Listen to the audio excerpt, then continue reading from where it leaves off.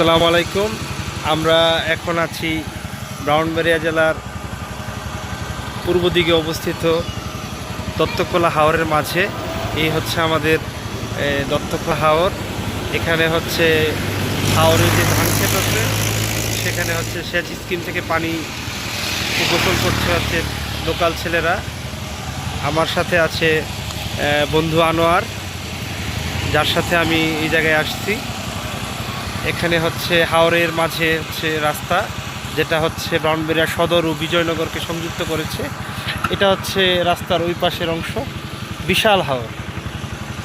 আর এখানে নতুন একটা টংঘর হয়েছে বটগাছের নিচে, খুবই সুন্দর।